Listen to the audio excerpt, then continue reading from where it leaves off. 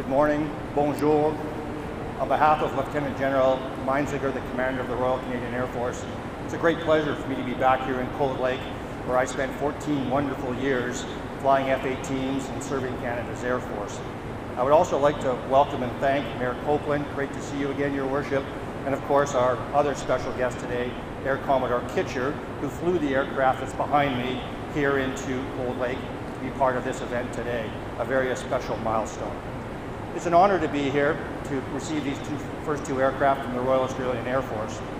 I would like to particularly at this time state our appreciation to our friends in the Royal Australian Air Force and remark on the close bond that we have here between our two air forces. What happened today is a result of a bond that goes back over 30 years of the F-18 and is a testament to the closeness of our two air forces, the professionalism of the men and women of our two air forces.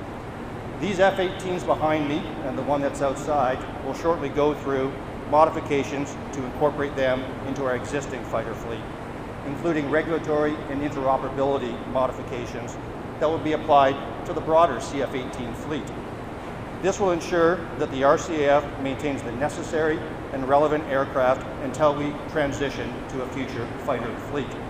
After all, our fighter capability, as you here at Four Wing know all too well, is essential to Canadian sovereignty.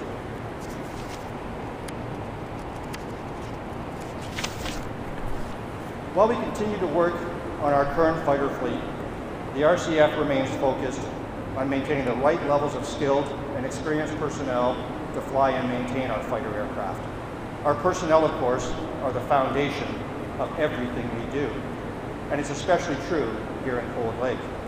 You, the audience members today, are the vital force that helps ensure that Canadian sovereignty is upheld and that Canada can contribute to peace and security abroad. Because of this, the RCF is developing a campaign plan in line with broader Canadian Armed Forces initiatives with a focus on putting and keeping pilots in cockpits, improving the skills and experience of our maintainers, and most importantly, enhancing the lives of our family members. There are clearly many elements working in parallel to ensure the RCF continues to provide valuable air power on behalf of Canadians and our allies. These first two interim fighter aircraft are a welcome first of many steps, and we look forward to receiving the additional 16 aircraft over the following 2 years. This will enable us to bridge to the future fighter fleet. Merci beaucoup. I would like to introduce now Air Commodore Kitcher, who will say a few words on behalf of the Royal Australian Air Force. Kitcher.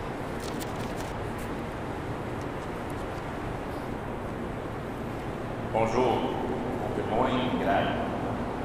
Mayor Copeland, Todd, or Norm I think as it is, members here today of the Royal Canadian Air Force, the Royal Australian Air Force, and ladies and gentlemen. It's my pleasure to be here today as we hand over two Hornets to a good friend and close ally in Canada. Our two nations share a long history going back over 100 years.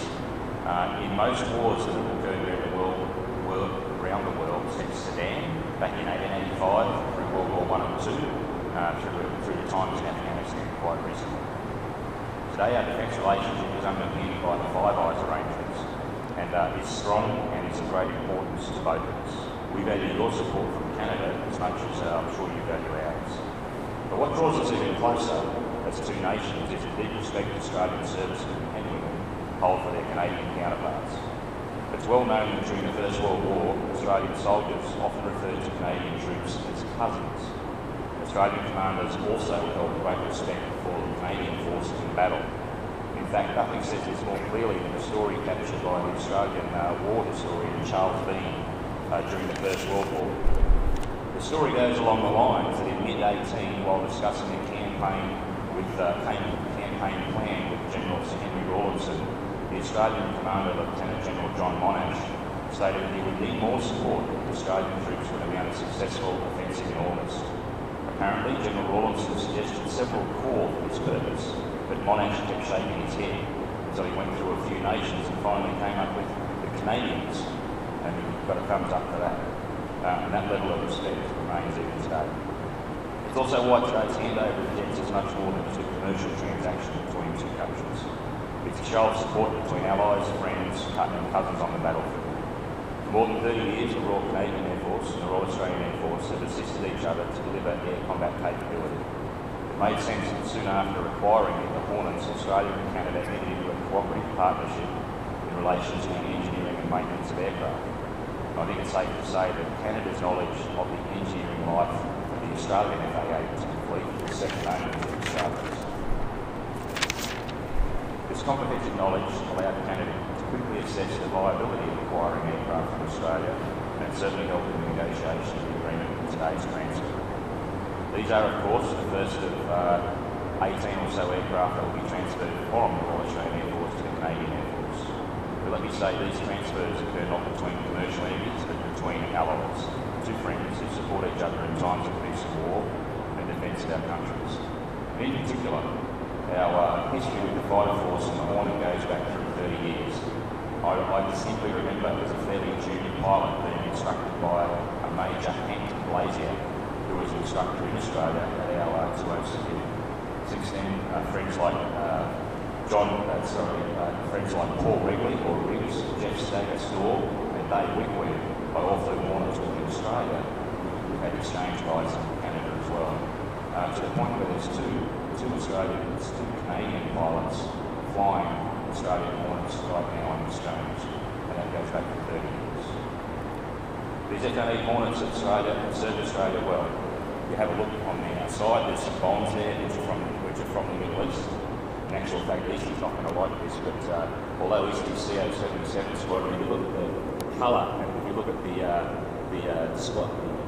markings on the aircraft, that's actually a 3 squadron aircraft. You've seen it on the CO3 squadron, that's probably a problem as well.